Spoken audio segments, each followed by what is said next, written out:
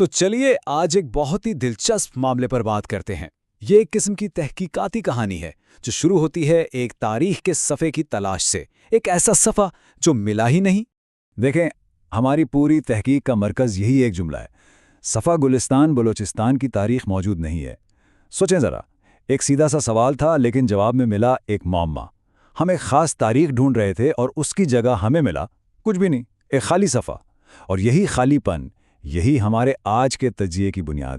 تو پھر سوال یہ پیدا ہوتا ہے کہ جب کوئی تاریخ تلاش کی جائے اور وہ ملے ہی نہ تو اس کا کیا مطلب ہوتا ہے؟ کیا اس کا مطلب یہ ہے کہ وہاں کوئی کہانی ہے ہی نہیں، یا کیا اس صفحے کا غائب ہونا خود ایک بہت بڑی کہانی ہے؟ آئیے مل کر دیکھتے ہیں کہ تلاش کے نتائج ہمیں کیا اشارے دیتے ہیں۔ اب ہوا یہ کہ کوئی سیدھا جواب تو ملا نہیں، اس کے بجائے ہمیں ملے ہیں بہت سے بکھرے ہوئے سراغ۔ ان سب کو جوڑنا پڑے گا، بالکل ایک جاسوسی کیس کی طرح، جہاں ہر نتیجہ ایک چھوٹا سا اشارہ ہے، ایک پہیلی کا ٹکڑا۔ تو اس تفتیش کی شروعات کہاں سے کی جائے؟ سب سے پہلا قدم تو یہی ہے کہ ہم خود تلاش کیے گئے الفاظ کو دیکھیں: گلستان اور بلوچستان۔ تو چلیے پہلے لفظ گلستان کی گتھی سلجھانے کی کوشش کرتے ہیں۔ اور یہیں سے معاملہ دلچسپ ہونا شروع ہو جاتا ہے، کیونکہ جب ہم نے دیکھا تو پتہ چلا کہ گلستان کا نام کوئی سیدھا سادھا معاملہ نہیں ہے۔ ارے یہ تو خود ایک پہیلی ہے جس کے بہت سے اور بالکل مختلف معنی نکلتے ہیں۔ اب ذرا دیکھیں، ہمیں گلستان کے دو بالکل الگ الگ مطلب ملتے ہیں۔ ایک طرف تو یہ 1813 کا ایک بہت بڑا تاریخی معاہدہ ہے جس نے ایران کا پورا نقشہ ہی بدل کر رکھ دیا تھا، اور دوسری طرف یہ پاکستان کے اندر بہت سی جگہوں کا نام ہے، مطلب کراچی کا ایک محلہ، ایک ریلوے اسٹیشن۔ ان دونوں میں آپس میں کوئی تعلق دور دور تک نظر نہیں آتا۔ اور بات یہیں پر ختم نہیں ہوتی۔ جب ہم مزید دیکھتے ہیں تو گلستان کے اور بھی حوالے ملتے ہیں، لیکن مزے کی بات یہ ہے کہ ہر حوالہ ہمیں ایک بالکل ہی نئی، غیر متعلقہ کہانی کی طرف لے جاتا ہے۔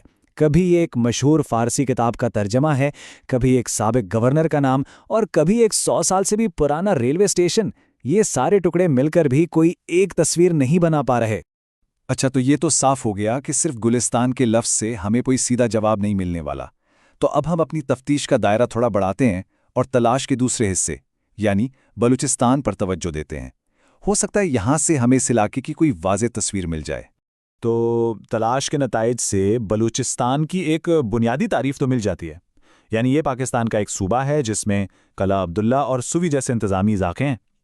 ٹھیک ہے، یہ ایک جغرافیائی اور انتظامی حقیقت ہے، لیکن جیسا کہ ہم آگے دیکھیں گے یہ تو کہانی کی بس ایک اوپری تہہ ہے۔ اور بس یہیں سے تلاش کے نتائج ایک بہت گہرا تضاد سامنے لاتے ہیں۔ ایک ہی جگہ کی دو بالکل مختلف، ایک دوسرے سے ٹکراتی ہوئی کہانیاں۔ ایک طرف ہے اسٹریٹجک ترقی کی کہانی اور دوسری طرف ہے ایک گہرے، کبھی نہ ختم ہونے والے تناؤ اور کشمکش کی داستان۔ تو چلیے پہلے اس تصویر کا ایک رخ دیکھتے ہیں، یعنی اس خطے کی وہ تاریخ جو اہم تعمیرات اور رابطوں سے جڑی ہے۔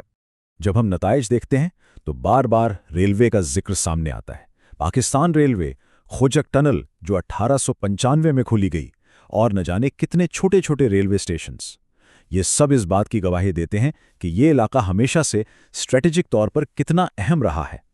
یہ فوجی ریلوے لائنوں کا جال، یہ ثبوت ہے کہ یہاں رابطے اور کنٹرول کی ہمیشہ کتنی اہمیت رہی ہے۔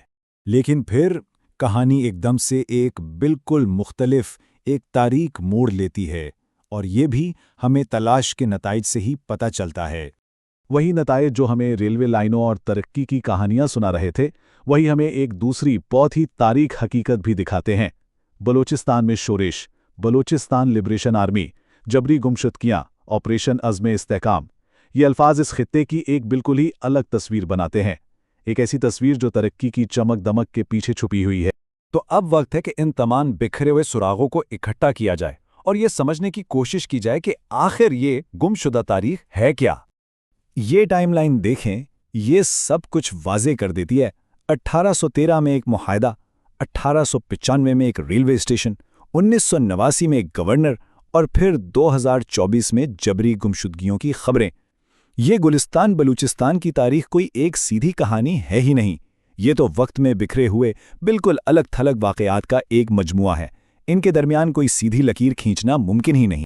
تو اصل بات شاید یہی ہے کہ تاریخ کا کوئی ایک سیدھا سادہ صفحہ نہ ملنا یہی سب سے بڑی حقیقت ہے۔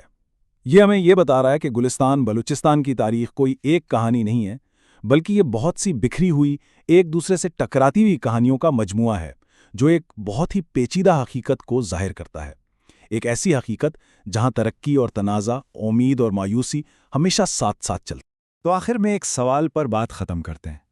ایک گمشدہ صفحہ کسی جگہ کی اصل کہانی کے بارے میں ہمیں کیا سکھاتا ہے؟ شاید یہی کہ تاریخ صرف وہ نہیں ہوتی جو لکھی جاتی ہے، تاریخ وہ بھی ہوتی ہے جو لکھی نہیں جاتی، جسے بھلا دیا جاتا ہے یا شاید جسے لکھنے ہی نہیں دیا جاتا۔